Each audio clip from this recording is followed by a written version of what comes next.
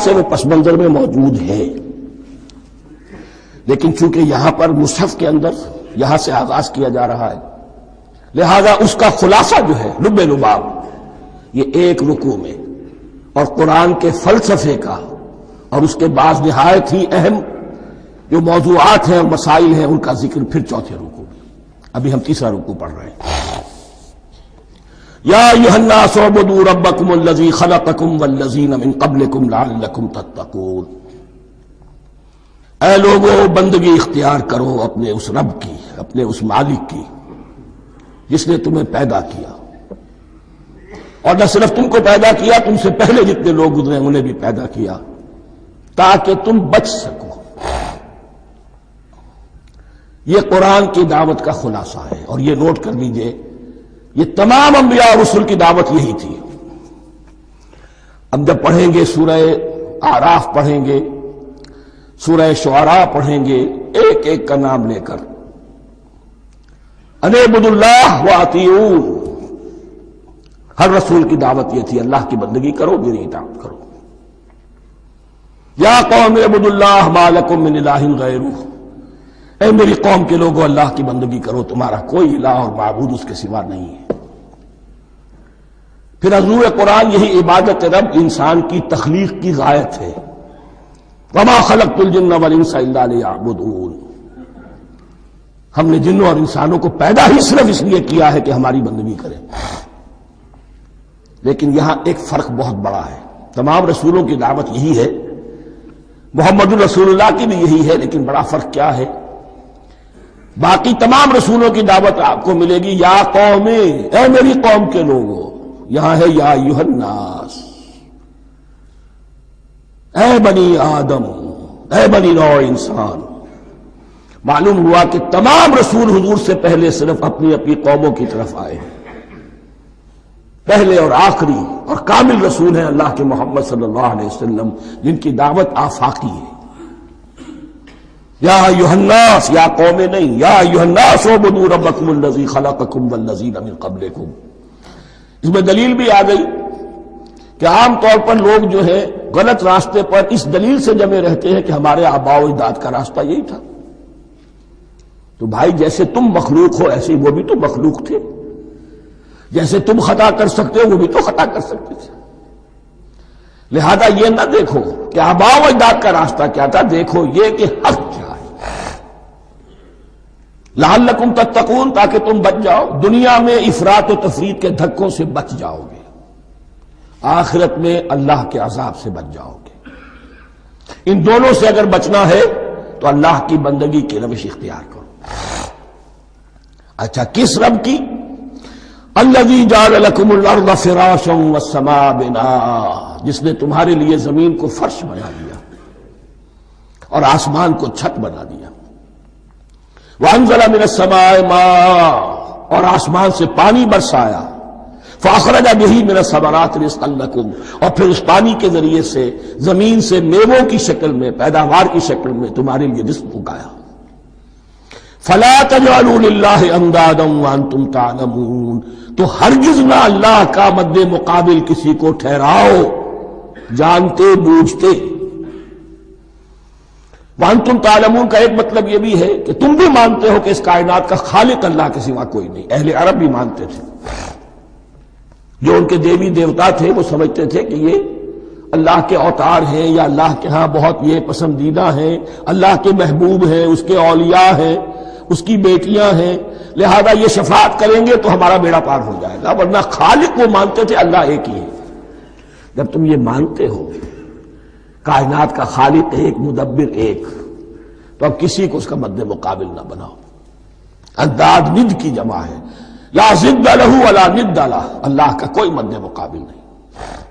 اس میں یہاں تک بات ہے کہ حضور اس درجے، اس توحید کی باریکیوں تک پہنچا کر گئے ہیں اس امت کو کہ کسی صحابی نے ایسے ہی کہہ دیا ما شاء اللہ و ما شئت، جو اللہ چاہے اور جو آپ چاہیں۔ حضور نے فوراً ٹوک دیا اجعلتنی للہ ندا، کیا تو نے مجھے اللہ کا مد مقابل بنا دیا ہے؟ اس کائنات میں مشیت صرف ایک کی چلتی ہے، کسی اور کی مشیت اس کی مشیت کے تابع پوری ہو جائے، لیکن مشیت مطلقہ صرف اس کی ہے۔ یہاں تک کہ حضور سے فرمایا گیا کہ اے نبی آپ کے لیے یہ ممکن نہیں ہے جسے چاہے ہدایت دے دیں، انک لا تہدی من احببت ولکن اللہ یہدی من یشاء۔ اگر یہ اختیار میں ہوتا تو ابو طالب دنیا سے بغیر ایمان لائے نہ جاتے۔ فلا تجعلوا للہ اندادا وانتم تعلمون۔ اب ان دو آیتوں میں تو یوں سمجھیے توحید نظری بھی اور توحید عملی بھی۔ توحید عملی کیا ہے؟ بندگی صرف اسی کی ہو۔ اب آیا ہے رسالت کا معاملہ، وَإِن كُنتُمْ فِي رَيْبٍ مِّمَّا نَزَّلْنَا عَلَىٰ عَبْدِنَا۔ اگر تمہیں رسالت محمدی پر شک ہے صلی اللہ علیہ وسلم، اس کے کیا معنی ہے؟ کہ تمہیں اس قرآن کے بارے میں شک ہے جو ہم نے اپنے بندے پر نازل کیا ہے۔ اگر ہے شک فی الواقع، وَإِن كُنتُمْ فِي رَيْبٍ، اگر تمہیں واقعتاً شک ہے مما نزلنا علی عبدنا، اس پر جو ہم نے اپنے بندے پر نازل فرمایا ہے، فاتوا بسورۃ من مثلہ، تو لے آؤ اس جیسی ایک ہی صورت۔ یہ ہم کل پوری تفصیل سے دیکھ چکے ہیں کہ برسبیل تنزل یہاں پہنچے ہیں۔ پہلے دو آیتیں میں نے آپ کو سنائی تھی جس میں پورے قرآن کی مثال لانے کا چیلنج کیا گیا، پھر ایک آیت سنائی جس میں 10 صورتیں ہی لے آؤ، اب آخری درجے میں ایک صورت ہی بنا لا، اور ایک صورت تو سورۃ العصر کے مساوی بھی ہو سکتی تھی، سورۃ الکوثر کے مساوی بھی ہو سکتی تھی۔ وَادْعُوا شُهَدَاءَكُم مِّن دُونِ اللَّهِ إِن كُنتُمْ صَادِقِينَ، اور بلا لو اپنے سارے مددگاروں کو اللہ کے سوا، جن ہو انس ہو، اس لیے کہ قریش کا خیال یہ تھا کہ جو شعراء ہوتے ہیں ان کے پاس جن ہوتے ہیں، وہ جن انہیں سکھاتے ہیں، ورنہ عام آدمی تو یہ شعر نہیں کہہ سکتا۔ تو تمہارا اگر کوئی گمان ہے کوئی جنات سکھانے والے ہیں، کوئی انسان ہے، خطیب ہے، شعراء ہے، ادیب، سب کو جمع کر، ان کنتم صادقین۔ اب یہ ہے بہت ہی، جس کو میں نے کل کہا تھا آپ کو یاد ہوگا، قرآن کا انداز کیا ہوتا ہے کہ وہ اپنے اندر جھانکنے کی دعوت دیتا ہے۔ یہ گویا کہ آنکھوں میں آنکھیں ڈال کر یہ کہا جا رہا ہے کہ حقیقت میں تمہیں کوئی شک نہیں ہے، یہ تم بات بنا رہے ہو صرف، اگر واقعتاً شک ہے تو آؤ میدان میں، حقیقت یہ ہے کہ تمہیں شک نہیں ہے، اگر تم سچے ہو فاتوا بسورۃ من مثلہ، تو اس جیسی ایک ہی صورت بنا لاؤ۔ فإن لم تفعلوا، اب ذرا انداز دیکھیے تحدی کا اور چیلنج کا، پھر اگر تم یہ نہ کر پاؤ وَلَن تَفْعَلُوا، اور ہرگز نہیں کر سکو گے، یہ چیلنج کون دے سکتا ہے؟ اللہ کے سوا کوئی نہیں دے سکتا۔ یہ انداز کسی کتاب کا نہیں ہے، ذَلِكَ الْكِتَابُ لَا رَيْبَ فِيهِ، یہ کسی کا نہیں ہے۔ فَإِن لَمْ تَفْعَلُوا وَلَن تَفْعَلُوا، پھر اگر تم نہ کر پاؤ اور تم ہرگز نہیں کر پاؤ گے، فَاتَّقُوا النَّارَ الَّتِي وَقُودُهَا النَّاسُ وَالْحِجَارَةُ، تو ڈرو اس آگ سے جس کا ایندھن بنیں گے انسان اور پتھر۔ اعدت للکافرین، کافروں کے لیے تیار کر لی گئی ہے، بھڑکا دی گئی ہے۔ پتھروں کا ذکر خاص طور پر کیوں ہے؟ دو اس کے امکانات ہیں۔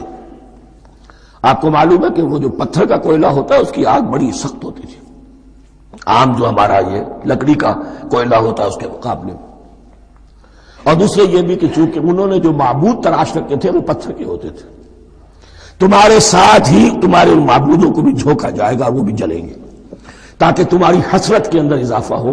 ان سے ہم دعائیں مانگا کرتے تھے، ان کے سامنے ماتھے ٹیکتے تھے، ان کے سامنے ڈنڈوت کرتے تھے، ان کو چڑھاوے چڑھاتے تھے۔ اب یہاں گویا کہ ایمان باللہ توحید، ایمان بالرسالت اور ایمان بالآخرت، فاتقوا النار التي وقودها الناس والحجارة اعدت للكافرين وبشر الذين آمنوا وعملوا الصالحات، اور بشارت دے دیجئے اے نبی ان لوگوں کو کہ جو ایمان لائے اور جنہوں نے نیک عمل کیے، ان لهم جنات تجری من تحتها الانہار، کہ ان کے لیے وہ باغات ہیں کہ جن کے دامن میں ندیاں بہتی ہوں گی۔ لفظی ترجمہ ہوگا جن کے نیچے ندیاں بہتی ہوں گی۔ مراد اس سے کیا ہے؟ عام فطری باغ وہ ہوتے تھے کہ جس میں ذرا اونچائی پر جو ہے درخت لگے ہوئے ہیں اور دامن میں ندی بہ رہی ہے، تو اس سے خود بخود جو ہے وہ اریگیشن، نیچرل اریگیشن ہو رہی ہے، درختوں کے جڑوں تک پانی پہنچ رہا ہے۔ بہرحال ترجمہ آپ لفظی کریں، ان کے نیچے ندیاں بہتی ہوں گی یا یہ کہ جن کے دامن میں ندیاں بہتی ہوں گی۔ کلما رزقوا منہا من ثمرۃ رزقا